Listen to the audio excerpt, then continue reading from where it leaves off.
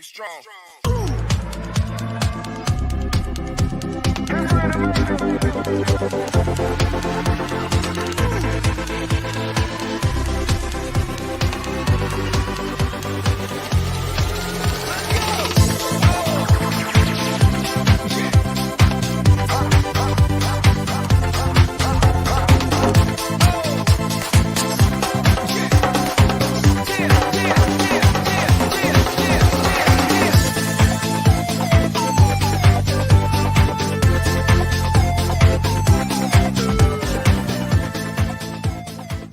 Alrighty, very happy Tuesday here on the throw-in, February the 14th. Just kind of settling back in. Welcome everyone. Thank you guys for tuning in to the throw-in here with Justin. That's me, myself, and I, right here on the TNC Sports Talk YouTube channel. We've been absent for the last couple of weeks, and it's kind of a strange occurrence. Man, I gotta tell you, I gotta apologize. All right. We knew that I was having some problems prior to my absence. So it was coughing.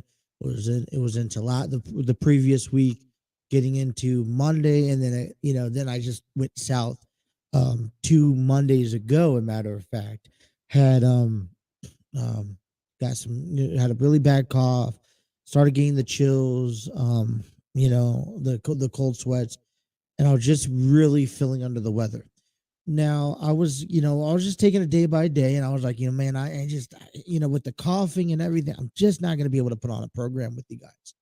And so I went about it, took it day by day, and comes to find out that my, the household kind of went through the same coldness. Some got COVID, some didn't.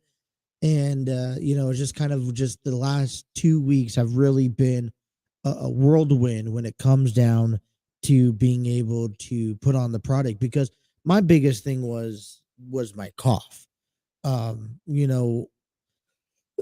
which I still have just, I still have a little bit going on for me. But some of it was the cough, and I don't want to have the 2-hour program just coughing my lungs away for each and every one of you. So, it was very detrimental for me. I was very bummed because I missed out on a lot leading up to the Super Bowl. Missed a lot of conversations. Missed the big controversy, not controversy, but the big segment between Cody Rhodes and Paul Heyman. The Paul Heyman and Sami Zayn has a moment. I missed the SmackDown Tag Team titles being defended last week. So there was a good amount of stuff in a 2-week span. And whenever, you get, it's one day if you miss a day and then you're able to come back and make up. But it's another thing to be able, to have to miss a whole week, if not 2 weeks. You really just kind of feel, honestly, out of place. And that's kind of where I'm at this morning, you guys. So we are back.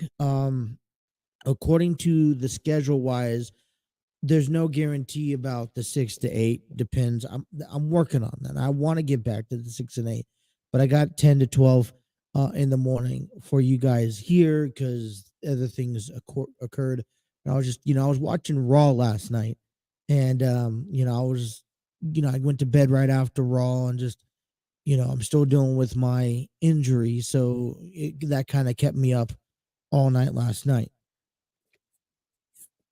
Excuse me. So, all right, we are back. I want to wish everyone a happy Valentine's Day, February 14th, 2023. And yeah, I don't normally celebrate Valentine's Day as much as the next person.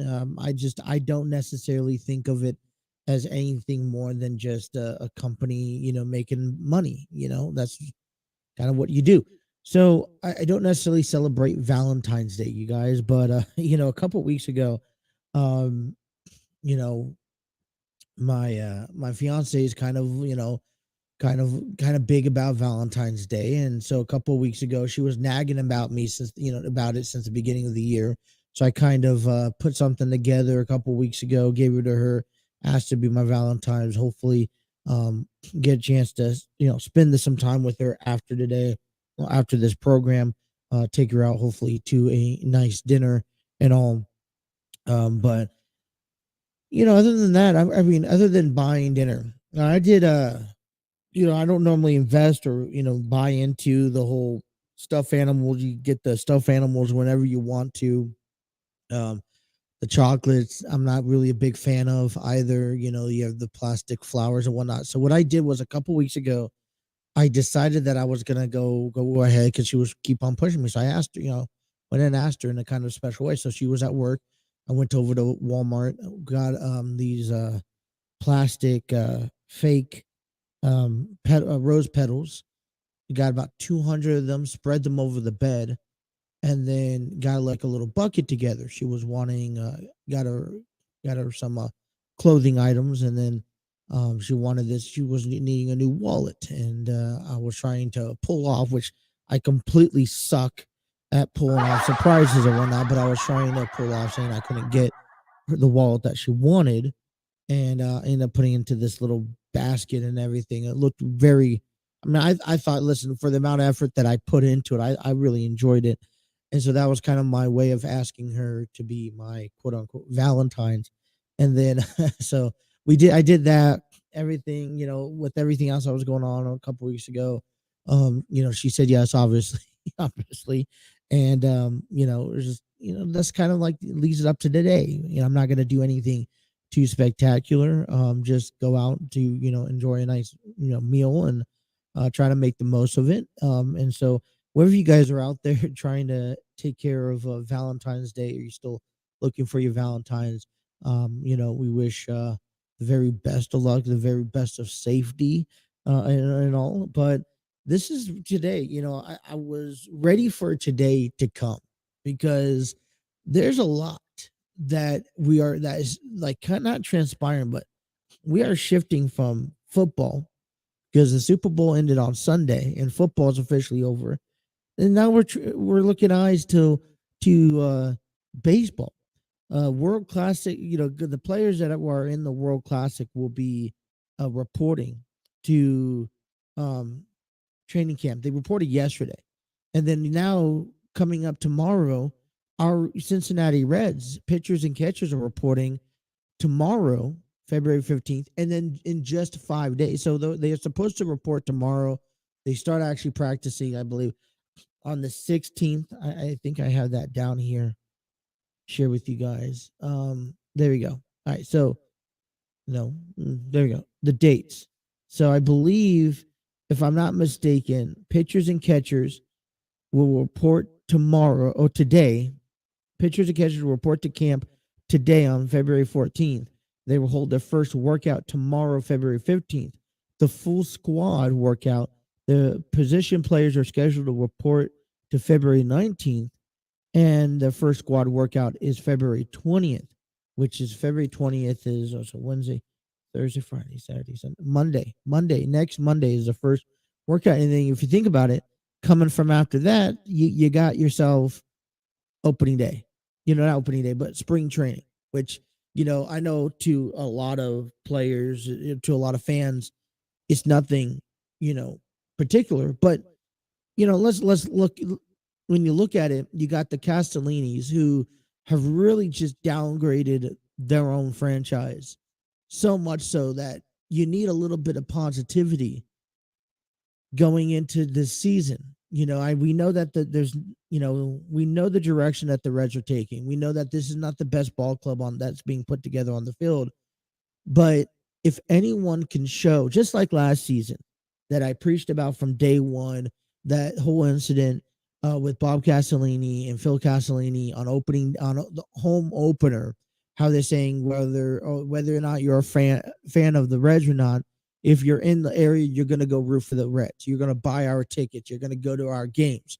Now, last year, I didn't go to a single game, and I completely hated myself for it. Okay. So I don't know what, I got some games that I would like to go to this season. I got 6 games picked out that I would like to go to. So, overall, the only people that can change the minds of the Castellinis or prove the Castellinis wrong are the Cincinnati Reds, and that begins at spring training. And we'll dive into the team and and who we expect to play. You got to be patient. There's a lot of younger talent. The Reds organization says, "Hey, we're going to win off of young talent," so that's what we're going to do. And it starts on February 25th when the Reds take the field to face the Guardians. Think about it, that's about a week and a half before the spring training season starts. And then you got just about a little over a month before the regular season begins. And I'm excited. I'm excited for baseball to return. I think I'm more excited about a normal season. And, listen, when come next Saturday, when baseball is finally being played and I could tune into baseball and I could start watching baseball, I generally want all of that ownership, front office drama, BS to stay where it's at. I don't want it to linger over onto the field because it has no purpose to being on the field. I want the Castellinis to go hide up in their offices and not say a single word. Okay, let the management, let the coaches do all the work, and let the fans have fun. Let the fans come out to these games and root for the teams, not for the ownership. Root for the teams. And it's kind of sad because the direction that the Reds are in. You know that they're not fighting for contingency. And if they're going to fight for contingency, it's going to be based off of the young squad that they have on the field now. We're talking about Jake Fraley, Stuart Fairchild, Jonathan India, Hunter Green, Nick Lodolo. You got really no one spectacular out there other than, you got Will Myers, who, had trouble with the Padres through his tenure with San Diego. You got Tyler Stevenson, who you hope that stays healthy throughout the year. And then you also have Joey Votto, who is rounding up the end of this, season. Those are the only top three guys that I'm like, all right, I'm going to go pay for to watch. Otherwise, you don't know how, I'm kind of getting behind Jonathan India. I really like him. Maybe he's my fourth guy, but that's pretty much it. I'm not going out there to see Jose Barrero. I want him healthy. I'm not going out there to see Hunter Green, although if you're a young guy, prospect-wise, I love watching his outings, but I'm not going out there to see that. I was just reading some reports about TJ Antone not going to be ready for at least half the season, and that's a big bummer. So realistically, we know what the Reds are not on the field, but it's good to finally, and we definitely know what's being said off the field by the ownership, by the people who are signing their paychecks. But you know what, though? It's an exciting season. It's baseball season.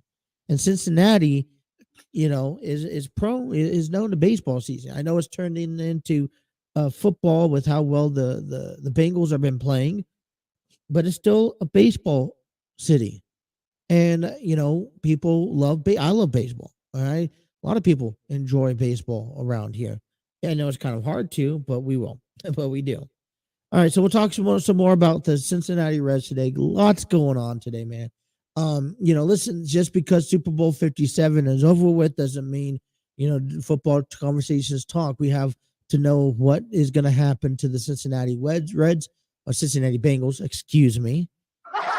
We want to know things such as, all right, let's talk about what are their off-season plans, where can they improve at. They've already made some adjustments, and we'll talk some Bengals football, get you a look around the local world of sports. Nothing really big going on. A lot of that stuff's happening tomorrow, but I'll update you around locally. And then we'll talk about some WWE. We are just a few days away from Elimination Chamber. We continue our road to WrestleMania, which is in the first weekend of April 1st and April 2nd. We have, right now, if you think of it, and I was just pondering this over last night, trying to put this together, we only got three confirmed matches set for WrestleMania so far. All right, you got Charlotte and Rhea Ripley. You got the winner of Roman Reigns and Sami Zayn this Saturday that will be facing Cody Rhodes at WrestleMania. And then you also have the winner of the Women's Elimination Chamber this Saturday, who will be facing Bianca Belair for the Raw Women's Championship. So 3 matches so far. And, we are on the road to WrestleMania. And there are matches right now that are on the horizon of being, solidified, confirmed for WrestleMania. But man, I tell you, there are matches that have yet to be announced, and I'm getting a little worried. One of the matches we'll talk a little bit more is about the match coming up this Saturday between Bobby Lashley and Brock Lesnar. This is going to be the 3rd time they meet. And I wonder, I was like, isn't this supposed to be a WrestleMania match? So we'll talk a little bit more about that. I want to kick things off heavily hour number 1 on WWE and Monday Night Raw. A couple good stories. Things just continue getting personal between everyone. So we'll do that. In hour number 2, we'll concentrate on football and baseball as we come back from a 2-week illness. So we want to thank everyone, welcome everyone back, and you sit tight and let's have ourselves a great show. Thank you guys for tuning in to the Throw-In with Justin. That's myself. We'll take a quick time out. You guys are listening to the Throw-In right here on the TNC Sports Talk YouTube channel.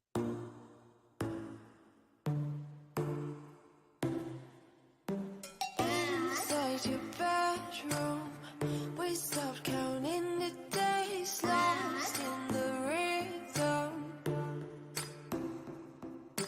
Physical silence, no need to speak a word, laying here beside me. Don't wanna move too fast, your lips on my flask, sipping on your love, sipping on your love.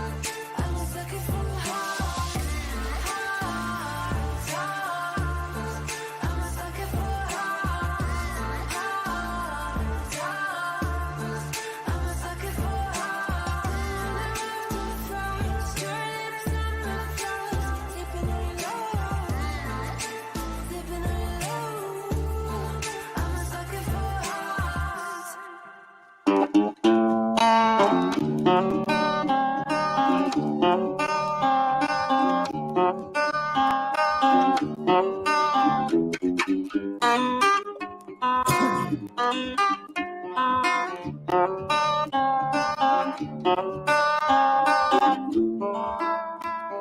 right, 10:21 here on the throw-in, take you guys up until noon, 2 hours here of the program. I want to give ourselves a big shout out to StreamYard Studios that makes all of this possible.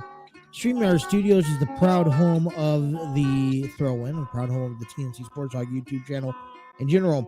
StreamYard Studios is where you can create your podcast, videos, host virtual business meetings, and even conduct interviews. Check out their free version today at StreamYard.com.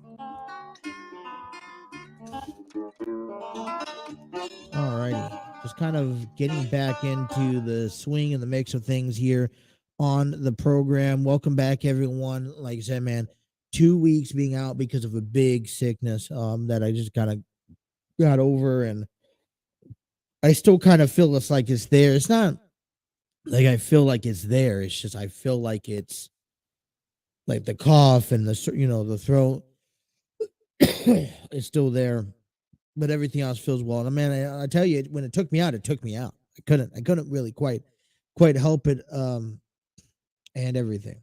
But listen, if you guys are watching us on YouTube, we want to thank you guys. I forgot to do all of my thanking early on here in the opening segment. So if you guys are watching us on YouTube, thank you guys. Hit that like, share, subscribe button. Press on those notifications. Don't miss a single episode. And if you guys if you guys are listening, watching us live on Facebook and on Twitter, want to thank you guys. Welcome in. Want to encourage you to jump over to YouTube and leave a comment, in the comment section so I could read them and share with you guys. Get involved into the conversations that we have.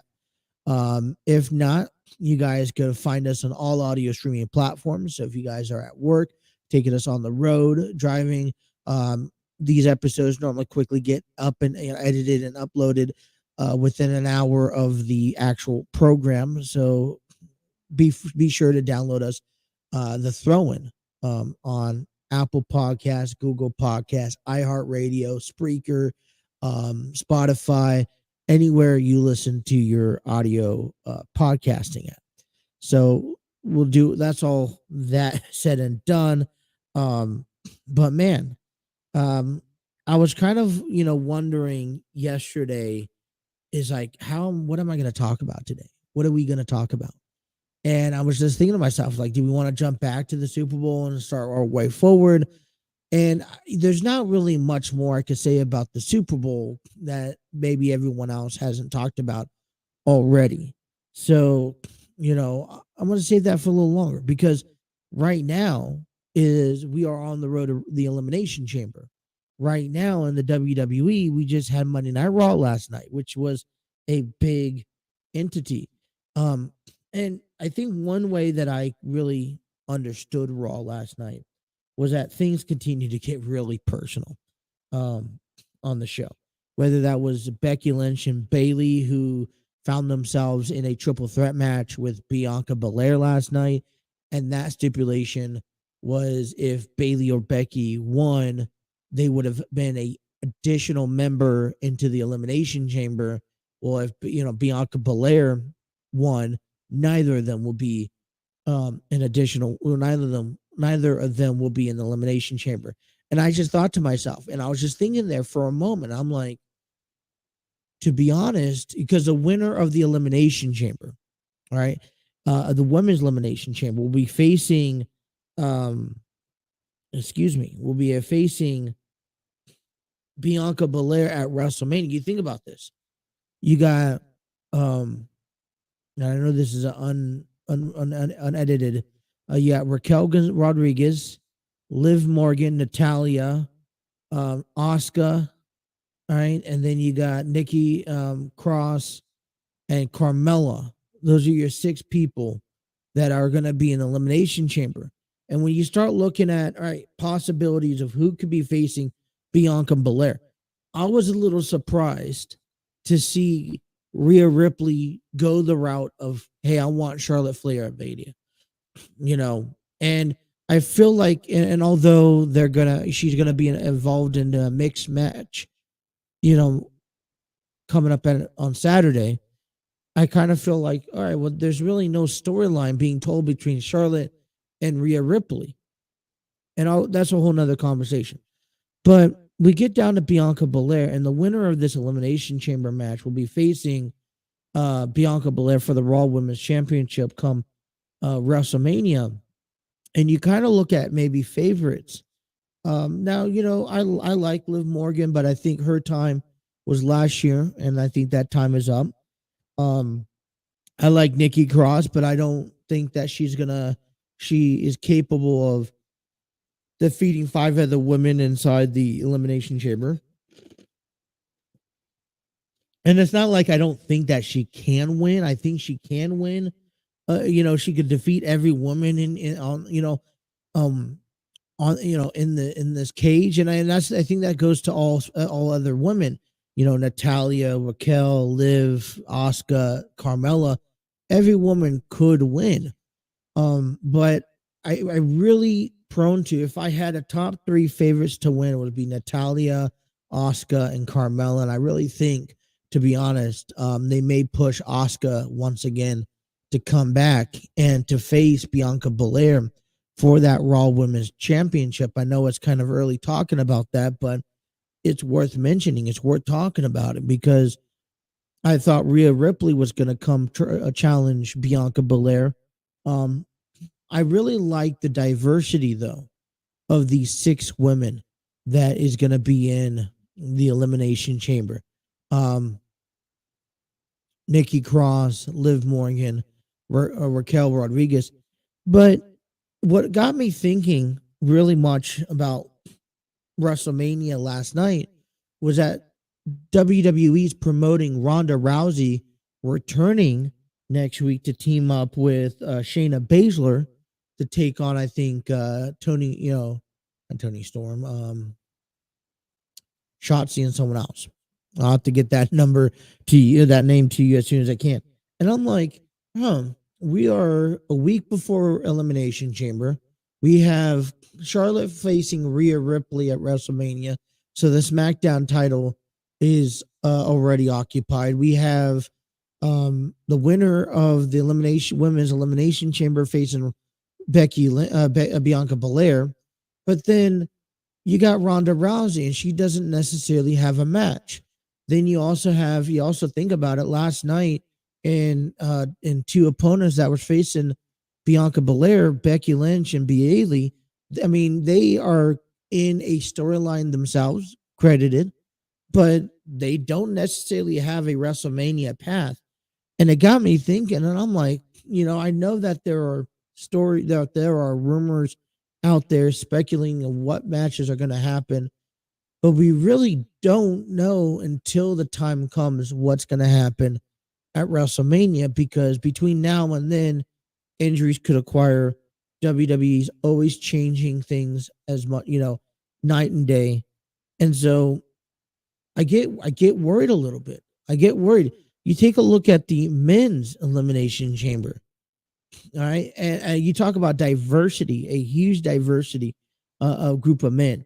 Austin Theory, Damian Priest, Seth Rollins, Montez Ford, one half of the Street Profits, Johnny Gargano, and Bronson Reed, who are, right then and there. There's the 3 guys here, Bronson Reed, Johnny Gargano, and Montez Ford. And I'm like, where the hell have they came from? So when it comes down to, this is a very diverse, and it kind of just allows you to almost narrow your pick of who could potentially win. Although Damian Priest, I think, is it could be a fan favorite, I don't think he's going to get that overhaul of winning. Judgment Day hasn't been real lucky at overcoming titles and titles and titles. They don't carry any titles along them, and that may be changing, and I hope that it does, and it would be a unique twist to the WWE storyline, but you don't necessarily see that often. Seth Rollins, Austin Theory, Seth Rollins doesn't yet to have a match, and we'll get into Seth Rollins a little bit more, but I don't quite feel that Seth Rollins will capture the United States Championship. And then if so, it would be interesting, because right now, I personally think and believe that Seth Rollins will be facing Logan Paul at WrestleMania. And wouldn't it be something special to see Logan Paul, Seth Rollins for that United States Championship? So, you got Becky Lynch and Bailey, things getting personal over there. Seth Rollins finally speaking out on Logan Paul. We'll talk about them.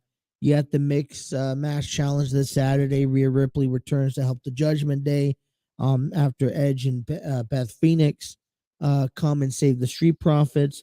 And then let's not forget Bobby Lashley and Brock Lesnar. Man, I tell you, this match is beneficial. It's going to be for the Elimination Chamber. And it really got me scratching my head a lot. And I was just wondering, I'm like, what on earth are they putting these two men at Elimination Chamber? They're both tied. I believe Brock Lesnar has the upper advantage. I believe Brock Lesnar is 2-0. And I'm like, okay, I'm just wondering, for me, this is a WrestleMania match. And why you having an Elimination Chamber? I mean, you kind of figure maybe something will be more, maybe a stipulation next time around. If there's a next time around, I guess that's the question that we're all wondering. I guess for me, when it comes down to these two men, I love watching these two men, Bobby and Brock Lesnar, compete, especially, this whole new image that Brock Lesnar has been able to perceive. But I guess for me, my thing is that I just don't quite, I guess I want to see this match at WrestleMania, guys. I don't know. I want to hear your thoughts. Would you prefer Bobby and Brock Lesnar now this Saturday or at WrestleMania in about 6 weeks? That's my question. Because, I feel like this is a spotlight match.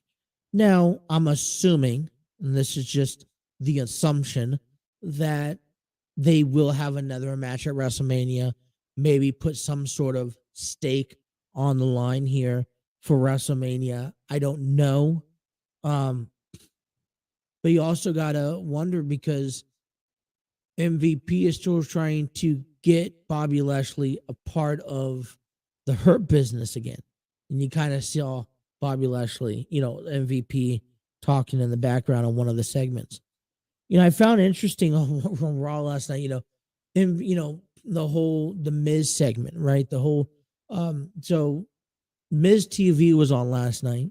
He had Seth Rollins, and I'll talk about Seth Rollins' issue here after our break. But the Miz got curb stomped, and they went to commercial break, and Rick Boog was coming out. And you actually got picture in picture, and you actually got to see this crew, unravel kind of give you a little bit behind the scenes by taking off the carpet, and they actually show that on television. I was just kind of a little surprised with that. I thought that was kind of a neat, cute touch. Who'd ever thought that Rick Boog and Elias, just popping up in my head, just thinking out loud. Maybe I shouldn't be thinking out loud. But Rick Boog and Elias, tag team champions at some point. Thinking about that. I love it. All right, let's step aside. Let's take a break. Let's come on back. I want to ask a couple more questions here as we talk a little bit about Seth Rollins and his comments and his concerns about Logan Paul. I want to talk about the heartfelt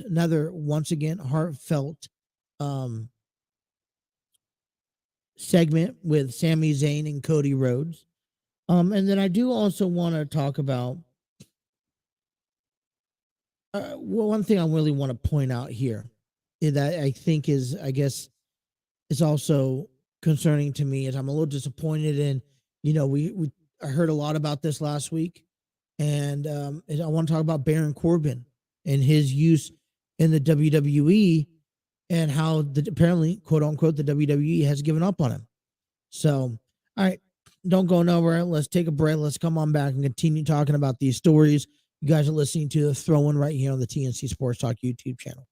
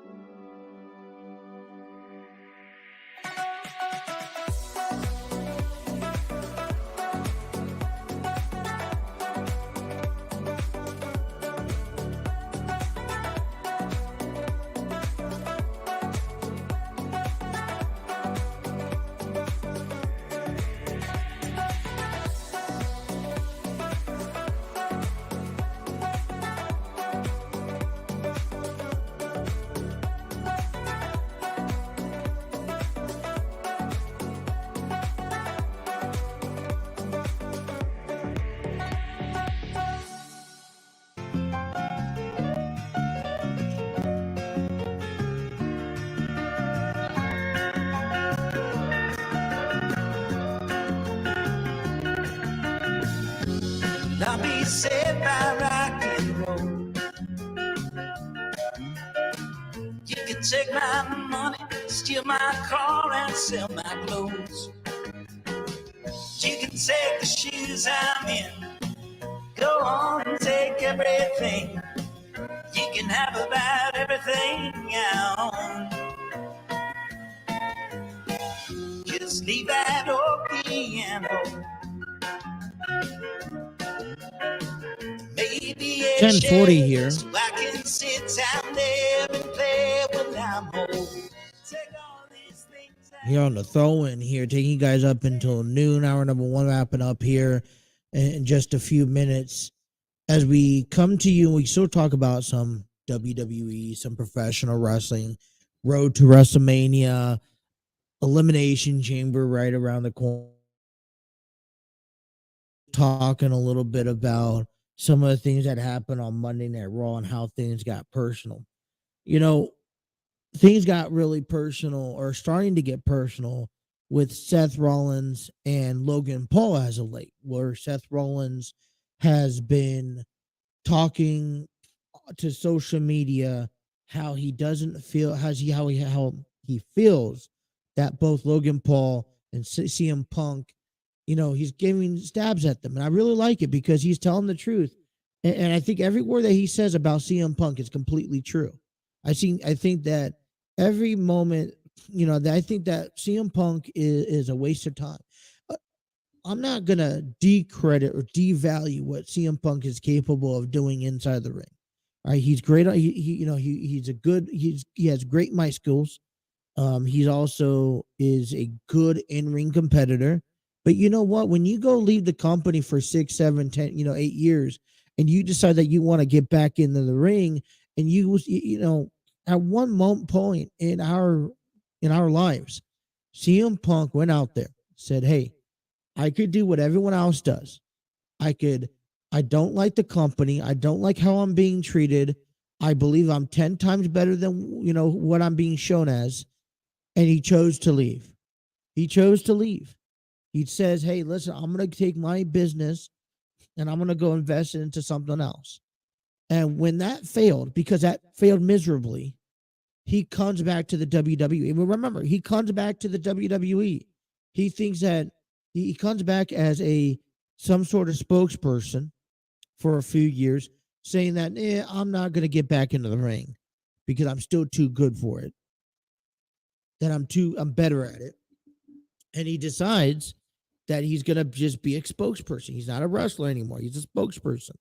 And when that happens, you guys, he leaves WWE, he goes to AEW, he gets back in the ring. Everyone, the roof blows off the place, I tell you. And you know what? Okay, that's given. But he didn't do a damn thing since he returned. He was handed everything to him. He didn't work hard. He didn't earn it. And that's what upsets me. I am not a CM Punk fan. I once was a CM Punk fan. Let's make that clear. I am not a CM Punk fan. I think that, listen, he's injured. I hope he gets a speedy recovery. If he makes a return, I don't feel like he should be returning. But you know what? If he does, I think he needs to work on giving back to the fans. He needs to work on giving back to the generation that is excelling beyond him. Let me tell you what. CM Punk is not at the level that these younger guys are. And I'm sorry, you're not a Sting and you're not a Billy Gunn where you can keep up with these younger guys. You just can't. You've proven it that you've been injured time and time again, and that's okay. I think the way that Punk has came out over the last year and a half has rubbed my fan base for him in the wrong direction. And I'm sorry, but I am not a fan of CM Punk. I feel like he's wasted a lot of AEW's time. I feel like he's one of the reasons why AEW television has gotten down over time. Okay? And I think Seth Rollins has validated his points, and he should stick with them, and he should keep CM Punk. CM Punk should stay away from the WWE. I think he's a toxic person when it comes down to being in the ring. I think that he needs to stay with AEW. They could work with them the best. And Seth Rollins makes valid points. All right. But then it comes to my attention that Seth Rollins wants to come say stuff about Logan Paul. And the big problem is that has Logan Paul earned his spot in the WWE? And let me tell you something. I didn't like Logan Paul at first, and I'm not necessarily a head over heels fan with Logan Paul. But he had an impressive match with teaming up with The Miz last year. He had an impressive match facing The Miz. He's also had an impressive match against Roman Reigns. And that is a pure athlete when he's capable of doing it, and he is. And, unfortunately, and listen, Seth Rollins goes off about Cody Rhodes. Seth Rollins goes off about Logan Paul. And this is what Seth Rollins does. He pushes and he antagonizes these guys to bring the best work out of them. I mean, if it wasn't for Seth Rollins making things personal with Cody Rhodes, I don't think you see an incredible Hell in a Cell match that they had. I think Logan Paul, although I'm not a huge fan of him, I was taken by surprise last year when they decided to go with Logan Paul instead of Bad Bunny. And I thought maybe Bad Bunny would have been a better shot. pursuit for, the success that Logan Paul's had. But you know what? Logan Paul goes into he works hard. Okay, maybe he doesn't work as hard as CM Punk. Maybe he doesn't work as hard as Seth Rollins. Maybe he doesn't work as hard as Roman Reigns, but he works hard. Okay, when it comes down to getting into ring shape, he gets in the ring and he pulls off the moves. I mean, he just had this monumental move that that people are going to be talking about years to come, with Ricochet flying across the ring. Now, I get it. Now, a lot of it probably doesn't take an excessive amount of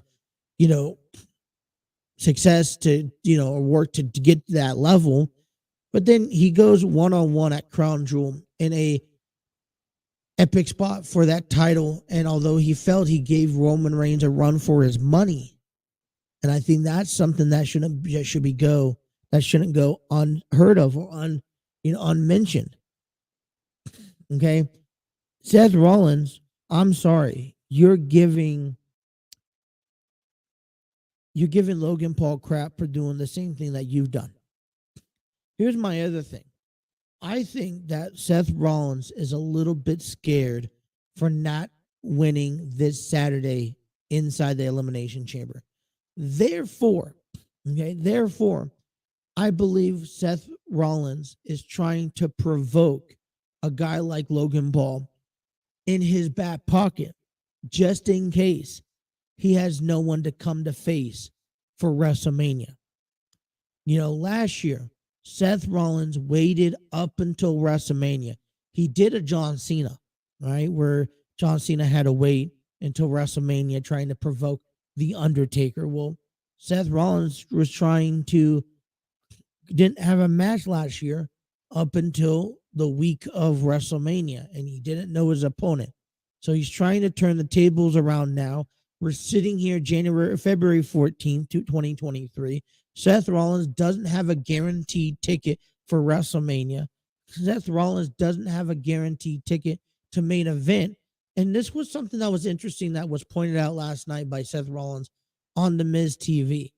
All right, Seth Rollins mentions that he hasn't had his WrestleMania moment. He hasn't had the ability to main event WrestleMania. And I think that's on a certain level. I think it is, okay, that's an eye catcher, right? He doesn't have his moment at WrestleMania. But does The Miz give him his main event moment? No. Does Logan Paul give him his main? Because Seth Rollins is not main eventing. He's not closing out WrestleMania this year. At least not this year. So, there's a couple of options I think Seth Rollins could go down. With last night curb stopping The Miz, he could go one-on-one with The Miz. Okay? He could also be going one-on-one with Austin's Theory, which I don't know how many people are looking forward to. I personally believe that Seth Rollins and Logan Paul is destined for WrestleMania. Now, whether that's for the United States Championship by Seth Rollins winning on this Saturday or not, that's up to him. But, Logan Paul has, I think, earned his spot and earned his role in the WWE. He's impressed a lot of people. I know he's impressed myself. And, he's one of the guys who I believe should be back at WrestleMania. Now, we talk about this time and time again about these part-timers, and I get it. But you know what? Logan Paul does sell seats at the same time. So there shouldn't be no doubt that Logan Paul should be in the mix or should be in the conversation for at least some sort of WrestleMania match. In this case, eyes turn towards Seth Rollins. This hour I kept on talking about and bringing up that, listen, things get personal. And last night, things get personal even some more when it came down to Sami Zayn calling out Cody Rhodes, thinking that he needs that little self-perseverance, or that little bit of confidence needs to hear from somebody else. Since the Royal Rumble, Sami Zayn has been taking these shots at the bloodline. He's, he's finally getting what he wants. He says, listen, I have been treated like crap for the things that I've done for the family. Now he wants his payback and his revenge. But the number one problem that Sami Zayn has is that he does not have self-confidence in him, to the point where he had to show up last night on Monday Night Raw to call for Cody Rhodes to believe in what Cody Rhodes is telling the WWE universe. And that is, Cody Rhodes wants Sami Zayn. You know what? Cody Rhodes don't care who he has at WrestleMania. Cody Rhodes I bet you anything, he prefers Sami Zayn because physicality, Roman Reigns, Cody Rhodes, or Roman Reigns and Sami Zayn. I think Cody Rhodes has a better advantage to face Sami Zayn and win. Of course, I would want Sami Zayn to win. But I think this is more about Sami Zayn. And this has nothing to do about the Mass Saturday. Listen, Sami Zayn is, I think this is where, Sami Zayn had a purpose last year for 900 days. Let me put it that way. Or whatever. And that was to get as close to the bloodline as possible to feel relevant. Okay, there's a part of me where if Sami Zayn didn't join the bloodline, where would Sami Zayn be at in his career now? He's on Monday Night Raw. He's being used thoroughly. And Sami Zayn has earned his wings to be paid attention to. And he's a definite fan favorite. But Sami Zayn, when you put him up against a guy like Roman Reigns, I'm sorry, I just don't see Sami Zayn winning. Sami Zayn doesn't see it in himself either. And Cody Rhodes had to kind of lit a fire under Sami's ass to say, all right, you're going to go into war on Saturday.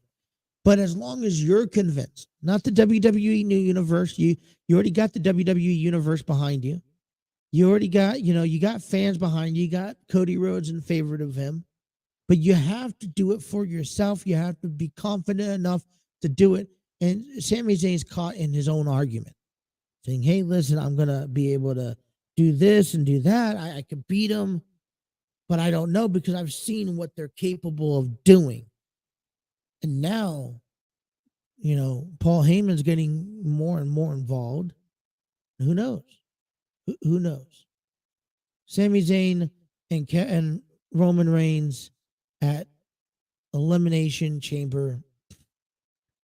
And I think we ultimately know that this sets up for I think we're still speculating that this could potentially set up for a tag team match between the Usos and Sami Zayn and Kevin Owens.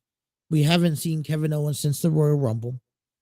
Paul Heyman mentioned something last weekend, how the Usos are needing to be at the Elimination Chamber for Roman Reigns. And I wonder if the Usos are going to turn, or at least Jimmy Uso is going to turn on Sami Zayn to spark this tag team match that we're speculating to see at WrestleMania.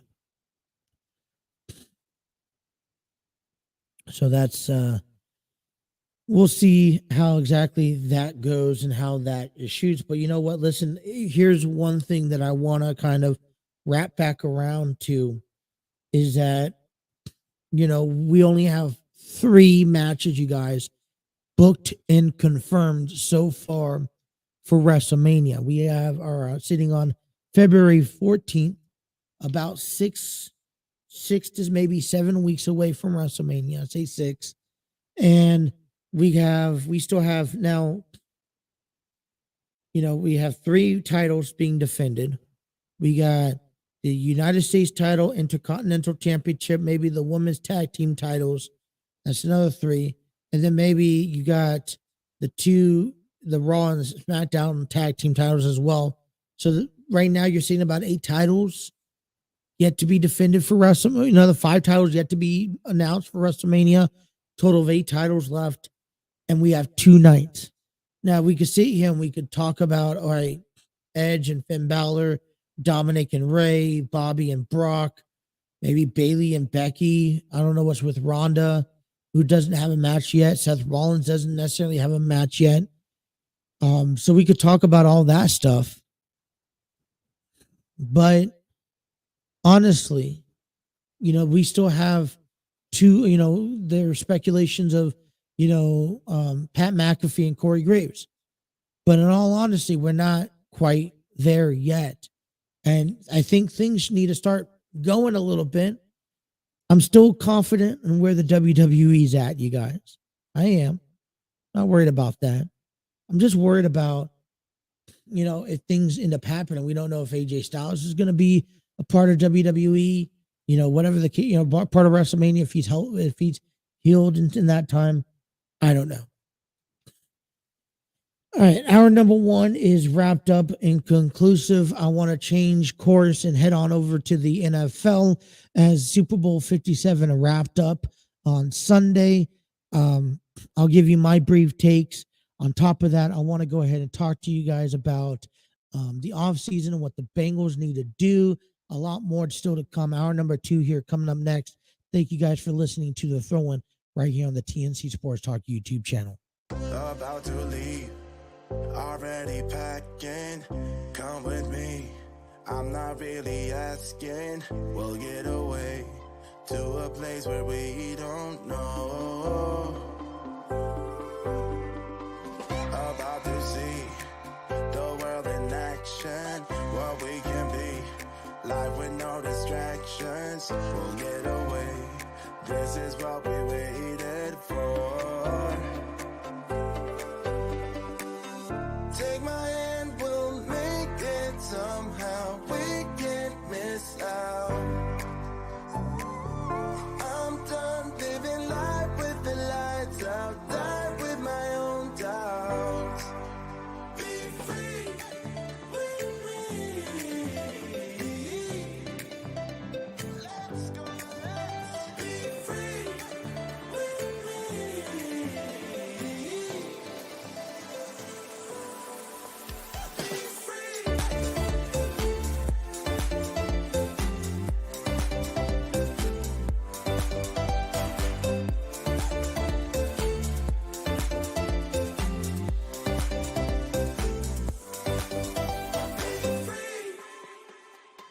Now looking back, eyes on the freeway, Bonnie and Clyde, a classic cliche. We're on the run, this is what we waited for.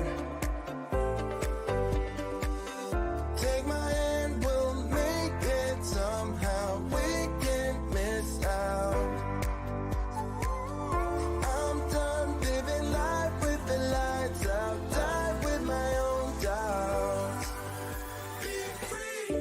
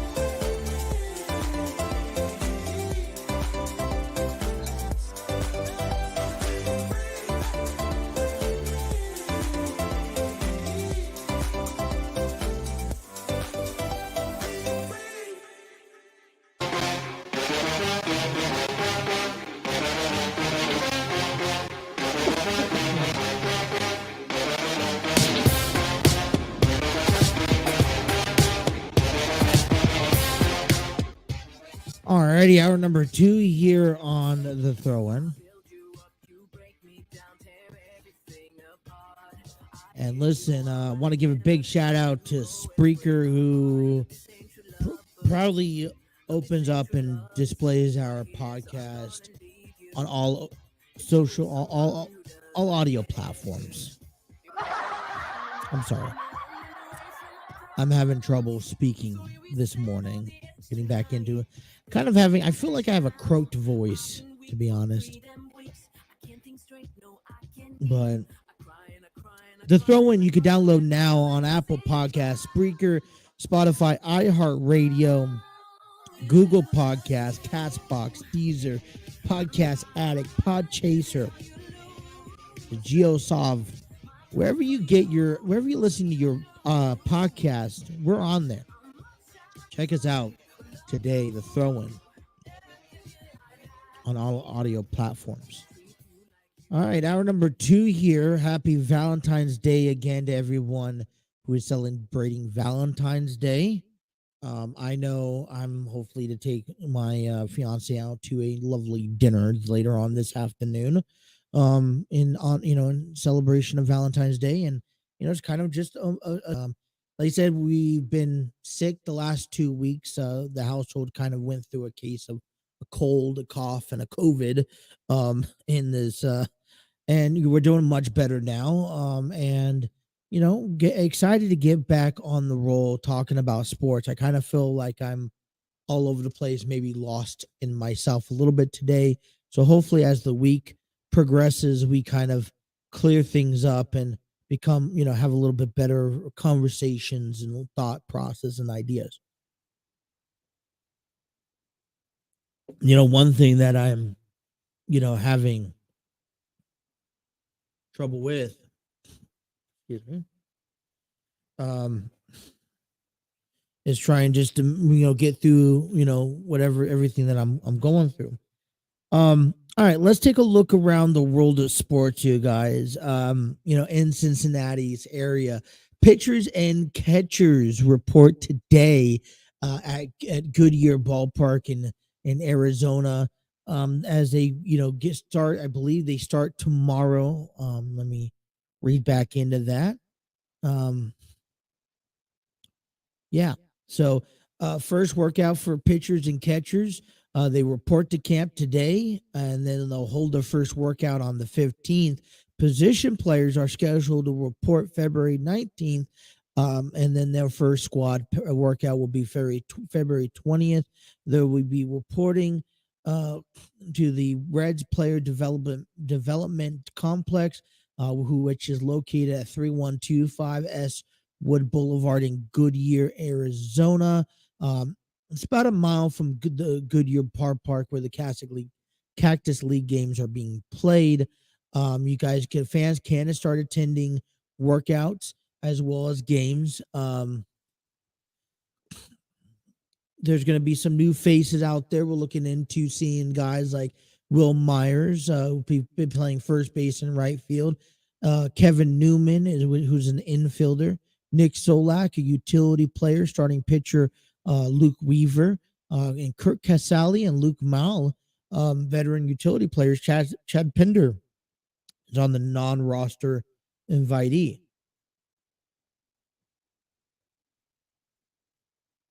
We're also looking things. If you guys are looking for a reason to go out to Goodyear, Arizona, this spring and catch out, you're gonna be looking at some top prospects as well.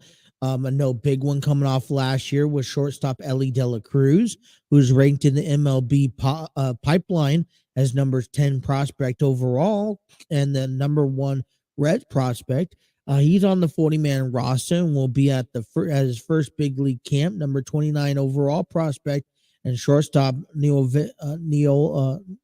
V. Marte, Reds number 2 prospect overall, will also be added to the big league roster. Other prospects we could look at is Brandon Williamson, Andrew Abbott, shortstop Matt McLean, and corner infielder Christian Encarnacion Strand. Looking to expect some big things coming up them. First games for the Reds coming up here in just about a week and a half, and the Reds open their spring training against the Guardians at 3:05 p.m. Eastern Time, 1:05 Mountain Standard Time on February 25th at Goodyear Ballpark, Cincinnati's is at the home team. Both teams, I believe, share the complex, if I'm not mistaken. Um, Other notable spring games you kind of want to look into.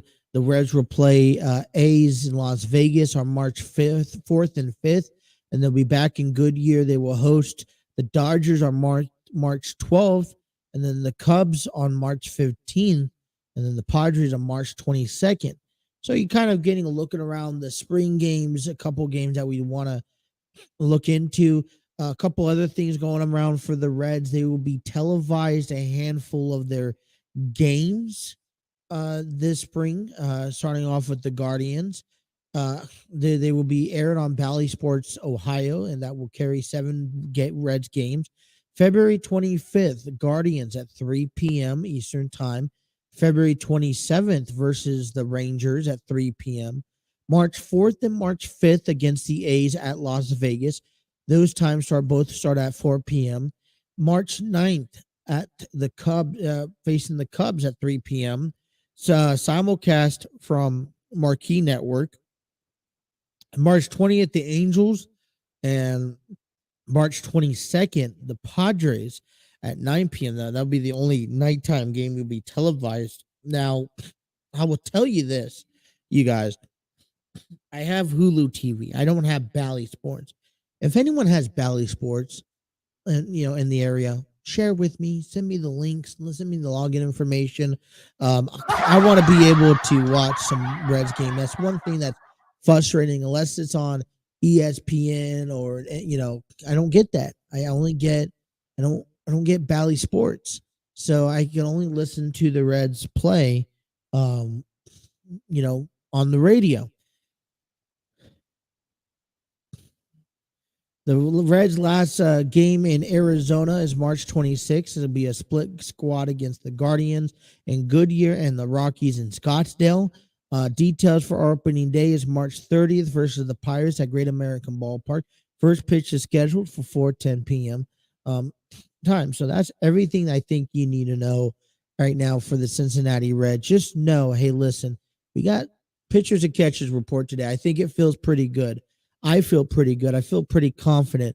Football's behind us. We start looking into Reds baseball and, what's going on over there. Like I said, talked about it in hour number 1.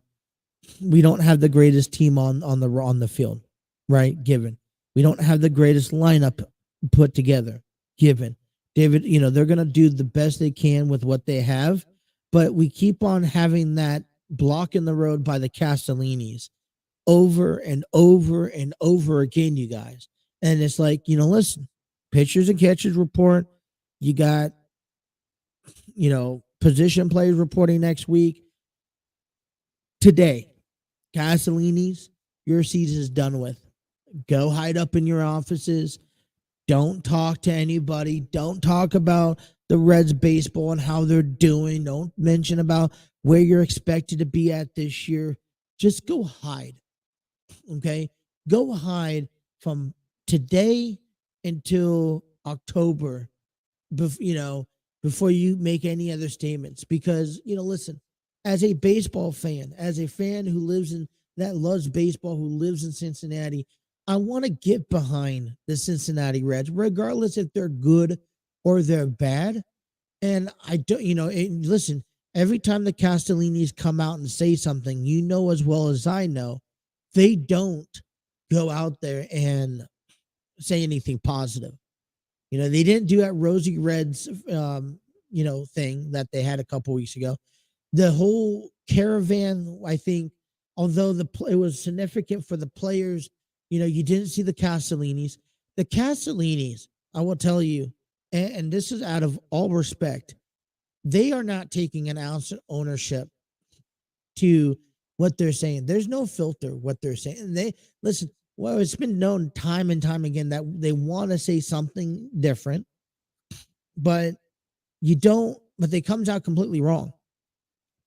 And it's frustrating as a fan to sit there knowing that, listen, these are our ownerships, and as long as they're our ownerships, they don't really care. At least they make it sound like they don't care an ounce about our fan base, about what the type of product you're putting on the field. Therefore, we're going to be losing. And when you have guys like Phil Castellini that has already proclaimed, hey, we are dead last, we're going to lose, we're not going to contend, it kind of just takes a gut wrench to you and takes your soul out of wanting to go out to these games. Like I mentioned, last year I didn't go to a single game.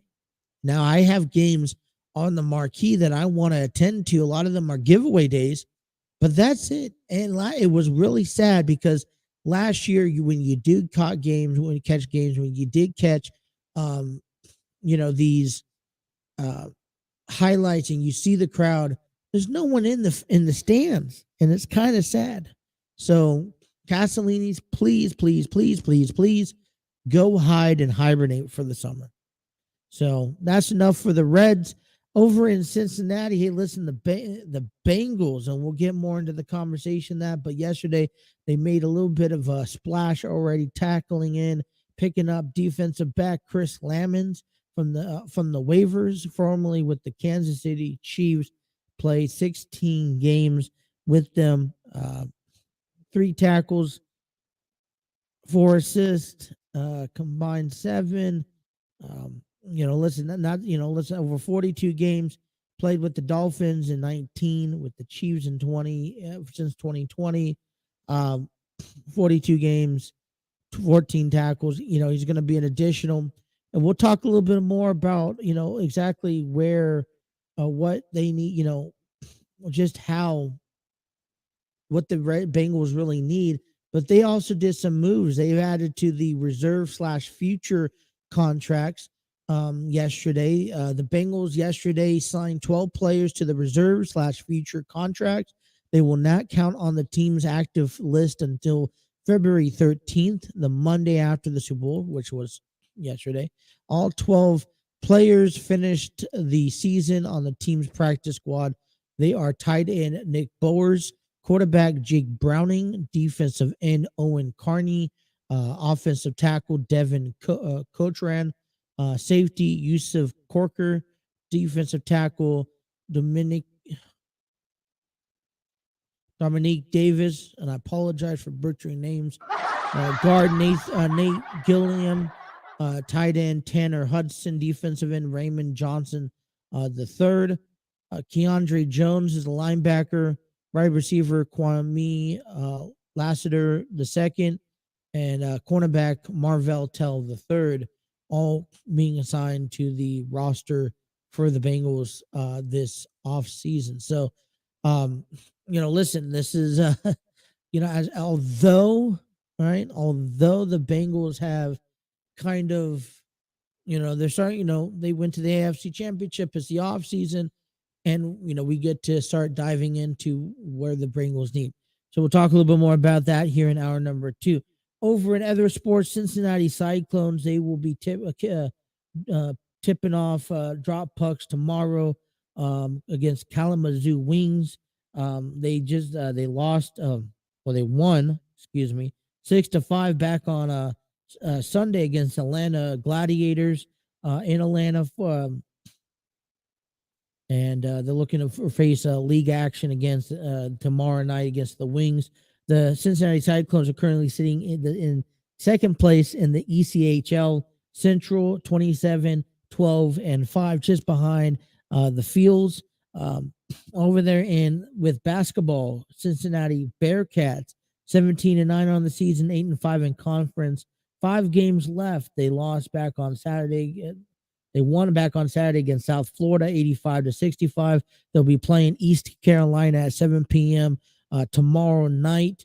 Xavier Musketeers, 19-6 on the year, 11-3 in overall in conference. 6 games left. They lost back on Friday against Butler, 69-67.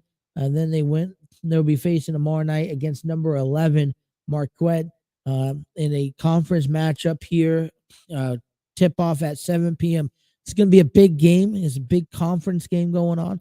Kentucky Wildcats, the other one, 16-9 on the year, 7-5 in conference. Last game was on Saturday against Georgia, where they lost 75-68. They hope to turn things around tomorrow, taking on Mississippi State on the road. Tip-off is at 8:30. Hey, listen, just a handful more games of NBA is going on before the season ends. We get into March Madness. Teams not only just trying to look at the conference championships, but they're also looking towards trying to make it into the NCAA bracket tournament. So start warming up, getting NBA, NCAA basketball, kind of our big moments coming up here in just about a month or so. So that's your trip around the local news. We want to take a little quick break. We'll come back, and I want to give you the Reds' projected roster for opening day this season. So we'll get to that coming up here, taking you guys up until noon right here. Thank you guys for tuning into the Throw One with Justin. That's me right here on the TNC Sports Talk YouTube channel.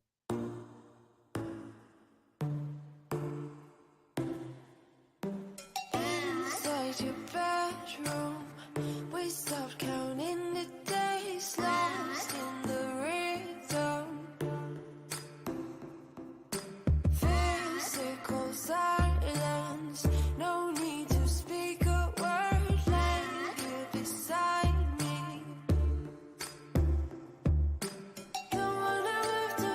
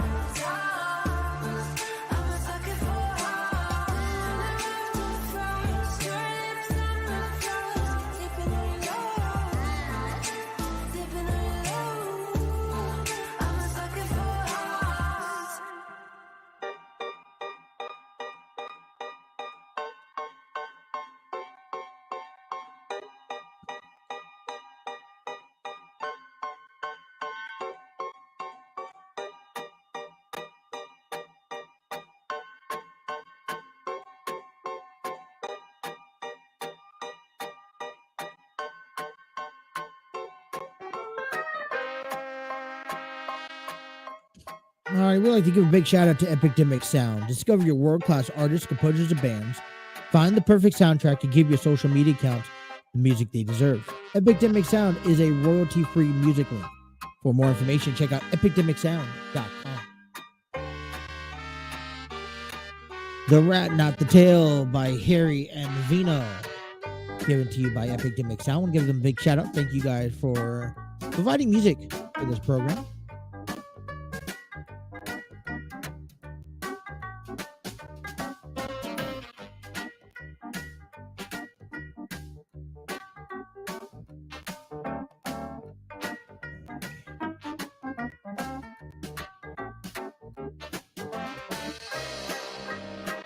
All right, 11:21 here, taking you guys up until noon here. And I want to kind of dive in a little bit into the Cincinnati Reds, as we talked a little bit already.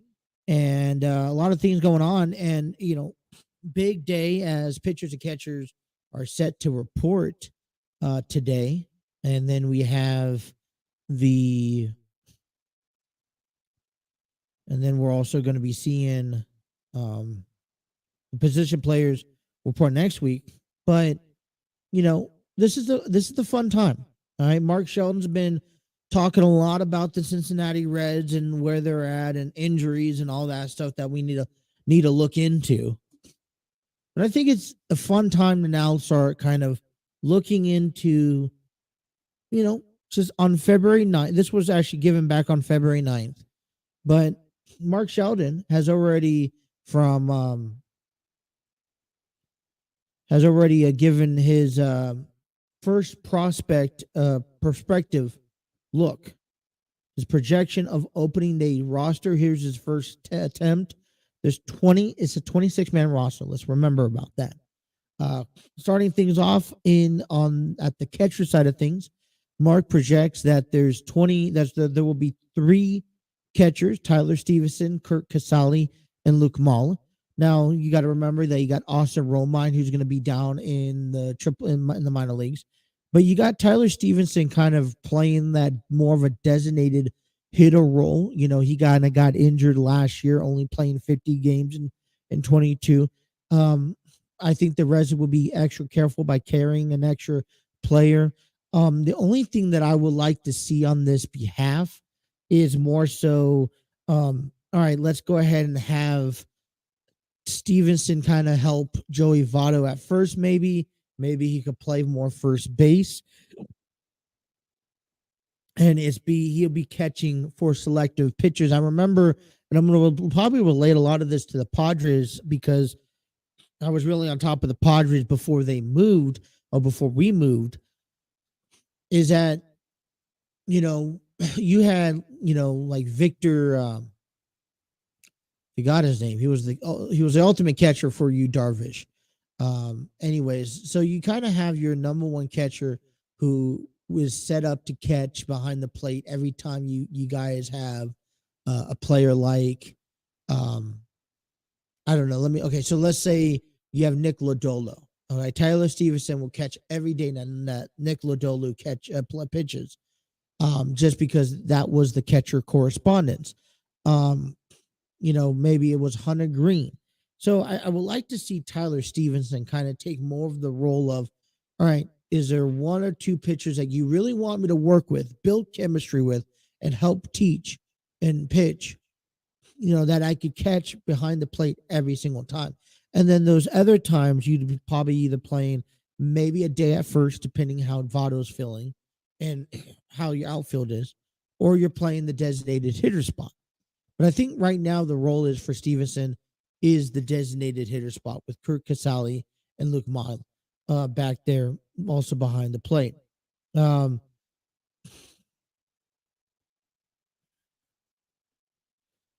right. We're also looking into first base will be Joey Votto. He's still working his way back from a major left shoulder surgery.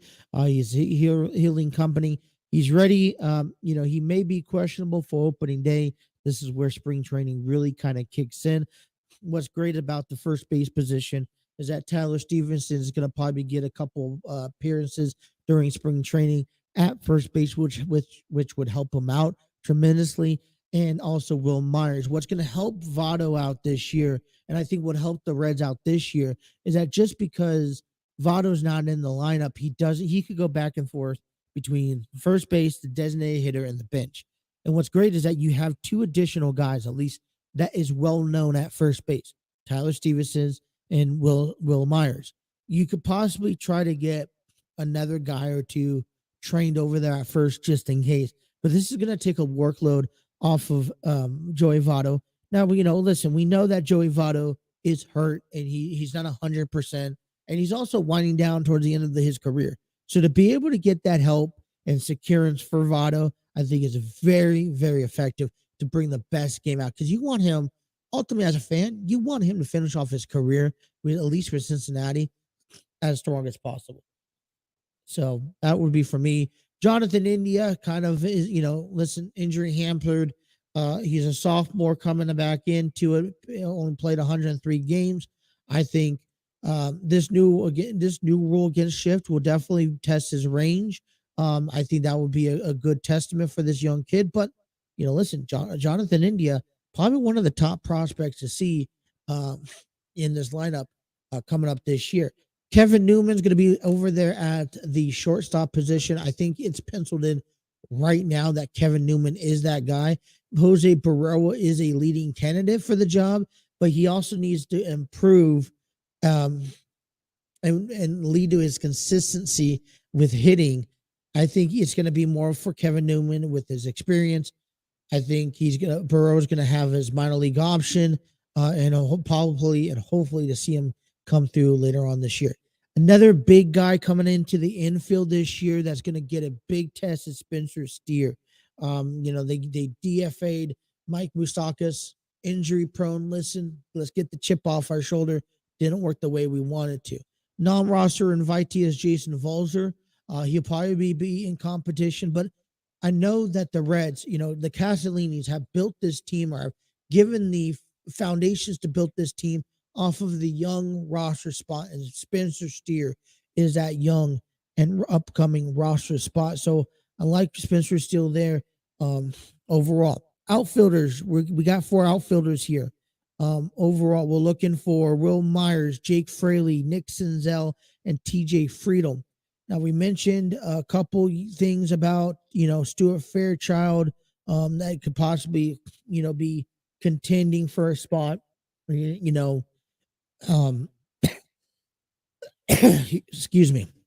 Will Myers is probably the biggest transaction that the Reds have had coming over from San Diego, an upcoming developing winning team. And I think what the Reds should be utilizing for Will Myers is that outfield ability and that first base ability, especially that first base. I know that the Reds are kind of stacked in the sense out there in the outfield. And I think a lot of it needs to be playing time. You got Jake Fraley, Nick Senzel, TJ Friedel, Stuart Fairchild, all part of that, hey, let's get them experience. With that being said, Myers could come down, play a lot of first base, relieving Joey Votto a lot. The problem is that here's the good news. Will Myers has the experience off of a winning ball club, but Will Myers has also been inconsistent. And so when I think Will Myers, here's an old saying. You perform better when you are playing among better people. So when Will Myers was playing along with Eric Hosmer and Manny Machado and Juan Soto, these are better people. So he will be playing better. At least maybe the workload is not reluctant on him, so that when he can shoot up that 280 average, that 300 average that we need. You're changing his atmosphere to Cincinnati, who doesn't necessarily have those 4 or 5 guys. So he's going to be more required of, hey, let's keep these numbers up. That's where I'm kind of ultimately afraid of for Will Myers, and I don't want people to overanalyze it. He's not a bad player. He's not no great player. I do think that if he could get on the right track, if he could stay healthy, because injuries and father time is catching up to him, most could definitely. But with the key important is that combination, okay? The combination, you guys, with at first base, catcher, and outfield. You have enough catchers, you have enough outfields to work on Tyler Stevenson, to work on Will Myers, to work on Joey Votto. And the key important of this is that these guys need to stay healthy through and throughout the entire year.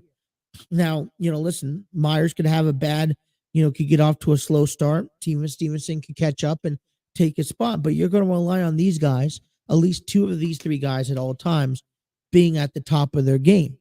Okay. And hopefully with the amount of rest that you could provide with these three players, as well as the utility that you could provide with them, you're hoping that you can get something, you could get 162 games of consistency. While Jake Fraley, Nick Senzel, Friedel, India, Steer is growing and progressing and becoming better athletes, I think we could see an overall team. Other things that we're looking at here is we also have the bench / utility players. Chad Pinder is probably in the conversation. Nick Solak as well, probably rotating as a designated hitter spot. And you know what? Listen, I would like to see them rotating a little bit more, maybe in the outfield, maybe in the infield, especially over that third base. I think Steer's going to need a little bit of help over there. So position-wise, I think they're stacked. I think it's time for them to grow, and I think it's time for them to start, giving them the exposure that they so on needed. They need the exposure. That's just, without a doubt, that's just something that the Reds need. They got the young players. They're going to get the playing time, and they're going to make mistakes. I think that's another thing people need to address and realize that they're going to have mistakes. Starting pitchers, we have the top five. This is all coming from Mark Sheldon here. Hunter Green, Nick Lodolo, Graham Ashcraft, Luis Cessa, Luke Weaver. One of the biggest problems last year was injuries, right? Two of our top guys, Mike Minor and Luis Castillo, went down immediately with injuries. They didn't come back until midway through the season, where things were already uninspiring. You would like to see a healthy Luke Weaver, more of the veteran guy. Luis Cessa is another growing veteran guy to help Green, Lodolo, and Ashcraft. Well, let me tell you what, it's now time for these three guys to start shaping themselves. And it's hard because you need that support in the rotation. And yeah, you got Weaver and you got Cessa, but you also need to feel that confidence in some of these other guys. So when you look at a Green or a Lodolo or an Ashcraft, and they're sophomores this year, is that you're reluctant and relying on them to grow up on their own, to shape themselves and to make adjustments on their own without having that establishment and veterans in that rotation to help guide them. One thing that you'd like to see, and this is what happened a lot with San Diego, is that pitcher will grow up, they will get hurt, and then they will never have that chance to kind of recover and make adjustments. They had to keep on going. And that's what ended up ruining their experience or the beginning half of their career. Denelson Lamet, Chris Paddock, Eric Lauer. Then you had to see them, Luis Perdomo was another one. Mackenzie Gore could be one as well. And then you had to see them go off where they could get actually broken down and trained and then reestablished. With the guys like Hunter Green, like Lodolo, and Ashcraft, what I'm looking is that these are guys that are still learning. They haven't hit they're being forced to hit their downward spiral to adjustment in the big leagues. And that's probably another issue. When a team needs to establish themselves to bring up one or two young guys to play, and they're always going to spark out pretty highly, pretty incredible. They're going to have some great numbers to begin with in the first season. Then they need to go back down to the minor leagues, kind of adjust themselves, whether that is the batting tweak, whether it's pitching, and then slowly get brought back up again. My fear is that with Hunter Green, Nick Lodolo, I think Nick Lodolo will probably be fine, but with Ashcraft and Green, I get really worried about Hunter Green this year, but we'll see. Also, then finding then with off here with the relief pitcher, you got Alexis Diaz, Lucas Sims, Buck Farmer, Revere, San Martin, Tony Santillan, um, Fernando Cruz, Justin Dunn, Alex Young.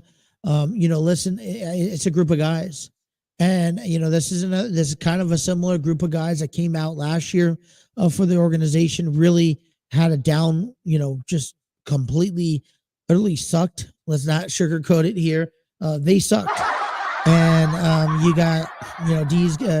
He gives Diaz is probably a good extension. Gives the ball club a legitimate closer for the first time in a couple of years. But you're going to need guys like Lucas Sim, Buck Farmer to set up. Farmer posted a 283, 34 games after being designated for assignment and working his way back into the club. Sims was limited to only 6 games in 2022 with his back injury. Satilian missed the final 99 games because of a back injury. Then you got the picture of TJ Antone, right flexor, not expected to start the season. Another spot as open. Dunn, who had shoulder issues. So this bullpen has been pronounced with injuries. Sims, Farmer, Dunn, Tony, San Martin. They need to kind of find a way to stay healthy because honestly, the guys that you see at right now in the majors, almost realistically is all the guys you got. You really don't have much room for mistakes, especially if you want a consistency out of the Reds. So that's the projected that is the projected opening day roster. We'll be following along in that. Like I said, pitchers and catchers report today. And listen, you guys got guys out there like Overton who could be fighting for a position, and they need to be ready for opening day just as much as everyone else because you don't know what Hunter Green or Luke Weaver is going to possess, in the spring training, and maybe, just maybe you need to start them off in AAA. So we'll keep an eye on that as closer to time. Let's take a break. Let's come back and see what the Bengals are doing in the offseason to get themselves better as well. You guys are listening to The Throw One. Take you guys up until noon right here on the TNC Sports Talk YouTube channel.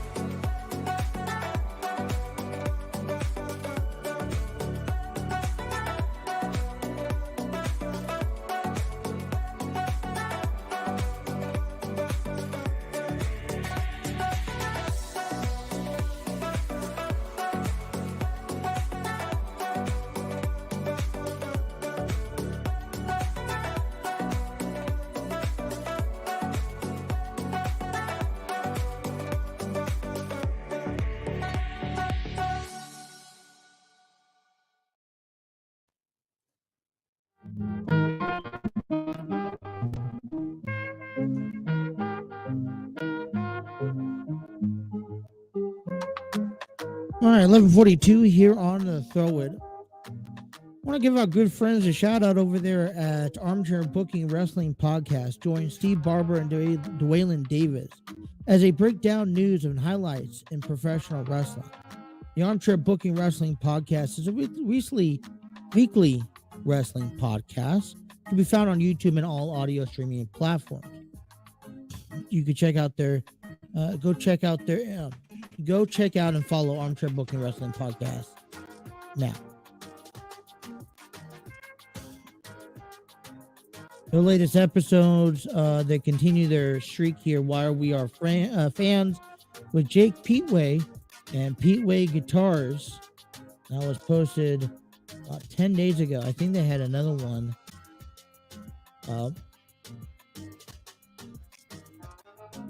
Maybe it's on Facebook.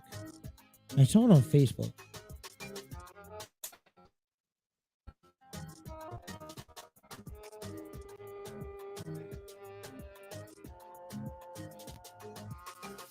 Probably not.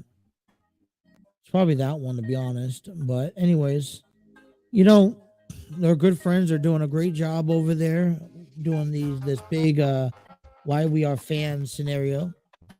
And I'd love to go check out and support what they're capable of doing.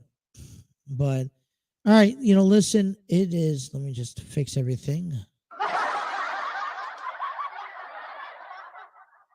Other things going on in baseball here. We're going to be talking about and starting to update you guys about ideas about the new rules being progressed. You got the pitch clock, you got the limit of shifts. Now you also got the limitations of using position players as pitchers, and I'll talk to you guys about that a little closer to actually game time next week. But World Baseball Classic 2023 full Team USA roster, including Mike Trout and 10 notable names, has been released last week. Kind of want to quickly just go through that, give you guys the names. Starting off with the catchers, they got 3: JT Realmuto, Will Smith, Kyle Higashioka with the Yankees. So Phillies, Dodgers, Yankees there. You got 2 first basemen, one's with the Mets and Pete Alonso, Paul Goldschmidt with the Cardinals, Jeff McNeil with the Mets over there at second base. You got Nolan Arenado with the Cardinals over there at third base. Shortstop, Tim Anderson, Trey Turner, and Bobby Witt Jr. with the Royals, White Sox, and Phillies. And then looking out, those are for shortstops. And then over there out in the outfield, you got 5 of them. Mike Trout with the Angels, Mookie Betts with the Dodgers, Kyle Schwarber with the Phillies, Kyle Tucker with the Astros, and Cedric Mullins with the Orioles. The pitchers, right-handed pitchers, you have 13. Adam Wainwright with the Cardinals, Lance Lynn with the White Sox, Jason Adams with the Rays, Daniel Bard with the Rockies, David Bednar with the Pirates, Kendall Graveman with the White Sox, Merrill Kelly with the Diamondbacks, Nick Martinez with the Padres, Miles Michaelis with the Cardinals, Adam Octavino with the Mets, Ryan Presley with the Astros, Brad Singer with the Royals, and Devin Williams with the Brewers. The left-handers, you have 3: Clayton Kershaw with the Dodgers, Nestor Cortez with the Yankees, and Brookie Raley with the Mets. You have, you can also find roster, blah, blah, blah. All right, so I'm kind of just going down through some of these other ones here. Ronald Acuna Jr. was playing for Venezuela. Randy Elizarrarena with the Rays played for Mexico. Alexander Bogaerts for Netherlands. Tommy Edman with the Korea. Freddie Freeman with Canada. Matt Harvey with Italy. Francisco Lindor with Puerto Rico. Shohei Ohtani with Japan, and Luis Robert with the Cubs. That was kind of all that was listed there. It's kind of the point given, and it kind of sucks we don't have any Reds. I think there's a minor league Red, couple Reds players in the minor league that will be representing. I don't have those names. If I can come up with those names, I'll let you know. But they reported to practice yesterday as they get ready for the World Baseball Classics. We'll keep you up to date with that stuff. Listen, it's also comes to kind of progress here. Okay. NFL season's over. the congratulations to the Kansas City Chiefs who won the Super Bowl. I thought, listen, I know that, there's always going to be controversy. I think I've said that before. A lot of people didn't like how the officiating with the Bengals and Chiefs game a couple of weeks ago. And I don't think people liked how the final penalty was called for the Eagles that put up a great position for the Chiefs. I think it was a classical game. And I have not heard many coaches or players from the Eagles pointing fingers. Yeah, they had the issue with the sleekness of the grass during the game. But I think that listen, that's a fair play on both sides, and they had an opportunity to fix that. But overall, it was a classical game.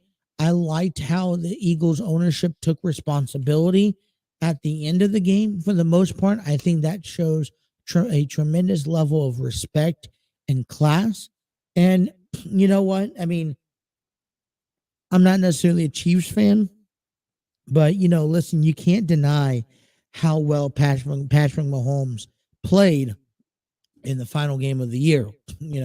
They went on and they deserved to win the Super Bowl.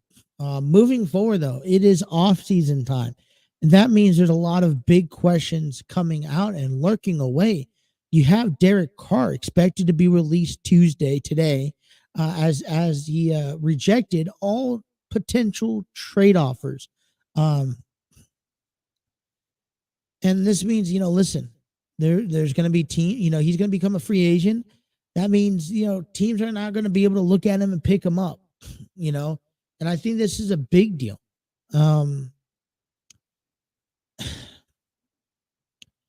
It was a couple weeks we talked about this, and it's the off season, right? So we have coaching, we have coaches who are just being, finally being looked at. We have quarterbacks also, which is the number one thing. We just saw Joe Burrow in works with his contract with the Bengals, and I think that's a key important thing. I think the Bengals are locked in and set. We'll talk about the Bengals here in a moment. But it's going to be a big thing for Derek Carr to find the right team. Right now, there's possible fits: the Commanders, Patriots, the Saints, Buccaneers, Jets, Panthers, of course. But you got to find a team. Like I said, when it comes down to Aaron Rodgers potentially finding a new team, there has to be circumstances. I don't want Derek Carr to go to the Commanders. I don't know how much more the Commanders are going to improve with Derek Carr. I think the Commanders are just as good as the Las Vegas Raiders. So are the Panthers. So are the Jets. Maybe the Buccaneers. Maybe the Patriots. But there is an opening, and there's a lot of coaches, and there's a lot of slots that you will see over the next, hopefully, few weeks between now and, there's some teams that are looking into, hey, we got to figure out what we're going to do for the draft. And, especially like a team like the Bears who already have Justin Fields, and are they going to go out and pick out a quarterback? And wouldn't that be, that was, just out of means, they have a big decision to make over there. But there's also, you start looking into what is going to happen. And then, all right, let's look at it. If you are the Raiders and you've offered every possible option for, Derek Carr to be traded, he says no. Now it comes down to two options. Either you say, Derek Carr, we're going to keep you, and I'm sorry, but we're going to, let's go ahead and patch our men's and try to figure out how we could play solid football with each other and take our team to the next level. Or, okay, we're going to have to release you, and that means now we have to look for a quarterback. I wouldn't bet, or I wouldn't guarantee money that Aaron Rodgers goes to Las Vegas. And so that's just one thing. Raiders have to look for a team quarterback. Derek Carr has to look for a home team, and there are teams out there. But this is just the tip of the iceberg, especially now since, quote unquote, Tom Brady. And I'm sorry, but I'm not going to go buy into Tom Brady until, Tom Brady, until we actually see a season without. I mean, he could go retire this year, not play for a whole nother year, decides to come back at the age of 47 and play. So we're going to keep the storylines up to that. Told you a little bit about a couple of things for the Bengals that's already been made. NFL offseason is here, and they're already talking about 2023 prospects. What do we need to do? The question is, what's next for Aaron Rodgers? Tom Brady's retired, which is good news because I believe Aaron Rodgers is at the top of the game now, but he has to find his team. All right. I don't know if Packers still want to move on against him and split ways, but that's looking every day. It looks more possible, but Rodgers is open for a trade. But you know that if Rodgers is trading, Green Bay ain't not going to get nothing, nothing cheap back out. What happens to Lamar Jackson? The Ravens says that they want Lamar Jackson for the long haul, but they keep failing to meet with the quarterback contract to meetings. I think Lamar Jackson needs to push that, and we'll dive into each team and what they really need. Also, which other elite quarterbacks gets extensions. Justin, you have to figure out what Justin Herbert, Joe Burrow, Jalen Hurts, Tua Tagovailoa in Miami. You got to figure all that stuff out. There's a lot of stuff that we'll probably be bringing up here very shortly. Who drafts a quarterback? Does Chicago drafts a quarterback? Either they stick with Fields or they go pick a quarterback and they see what's going on with Fields. You still got Texans who need a quarterback. Colts need a quarterback. Seattle could use a quarterback. Detroit, Las Vegas, Atlanta, and the Panthers as well. Also, we're starting to see coaches filled in, right? How will Sean Payton restore with the Broncos as a new head coach? Another couple other big name coaches back in the bits. Frank Reich with the Panthers, DeMarco Ryan with the Texans, are respected leaders now guiding young clubs. And then also the question with Russell Wilson, who flopped under Nathaniel Hackett in 2021. 5 teams to watch. This is just a league of their own. The Bears, the Giants, the Jets, the Jaguars, and the Rams. Definitely included with the Rams. So coming in tomorrow, I could tell you I want to kind of pay a little bit more attention to some of these teams, just talking about it. They've already talking about contingency, who's definitely candidates for the AFC and NFC next year. You got the Chargers, the Bills, the Chiefs, the Bengals, the Jaguars, Ravens, Dolphins, Jets, Raiders. That's a huge list from the AFC. And the 49ers, Eagles, Cowboys, Lions, Rams, Giants, Packers, Vikings, Buccaneers, Saints, stuff like that. So we'll take a look at a little bit into it tomorrow or later on this week. The biggest question here to wrap up the show: where do the Bengals need to fix themselves at in the offseason? Because it seems like they did a good job last year addressing the concerns that they had, and that was offensive linemen. Now, they went out and they've already tackled on another defensive player, and I think the Bengals are in good condition, and if you don't agree with how well the defensive players have been for the Bengals. And I think you just got to keep that going. But I think it was a crazy fault last year or this season that the lineman just was an utter disaster yet again, although they went out and they picked up veterans. I loved the veterans they picked up. And I think that you still have to add a few more solid guys in that offensive line. And I still think this time around in the draft, you're going to have to find an offensive line. Now, one thing I am confident, you got Jamar Chase. Hopefully you got the returning of Higgins, and, hopefully you see, I don't know if you want to continue with the running back. I'm sorry, I'm having a brain fart here.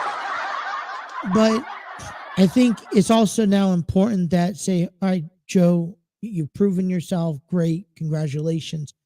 How well can you work with younger quarterbacks that are now getting into the league? Maybe picking up 1 or 2 younger guys that you can, honestly look at and say, all right, hey, listen, you're going to work with this young Joe Burrow. He's proven himself time and time again. And let's go ahead and work on that. I think the biggest, I want to say offensive line is still a position where the Bengals need to work at the most. But I still think some of the receivers need to start taking a look into, you need to start looking into some of the receivers, because it's the receivers now that you're going to need to solidify. So another big picture coming into the offense, but we're starting to see we're starting to see things unravel. And I just, you always, big question for any franchise team, whether you're in San Francisco and you're dealing with that problem, whether you're in, Miami, you're dealing with Tua Tagovailoa, or whether you're in Cincinnati. It's about, who's going to make the biggest and baddest splash of them all. And I think that's the big question. I do want to start bringing back around, right? I want to start bringing back around wrestling, notable wrestlers of the week, who we thought was on the top of the week. I do want to get you by the end of this month our top 10 that we did last year, and I'll explain more about that. So that's working back up. Hey, listen, I apologize for my voice being croaked here this morning. Hopefully we do better. I could get better, and we're just getting back on the way. So NXT is tonight. Braun Breaker comes back after successfully defending his NXT championship. And we will also see the toxic attraction encounter after JC Jane finally attacked and betrayed Gigi Dillon. So, all right, 2 hours of the show has coming on. Thank you guys so much for tuning in. Until next time, to you guys, till tomorrow morning. Thank you guys. Take care. Have a great Valentine's Day. See you guys tomorrow.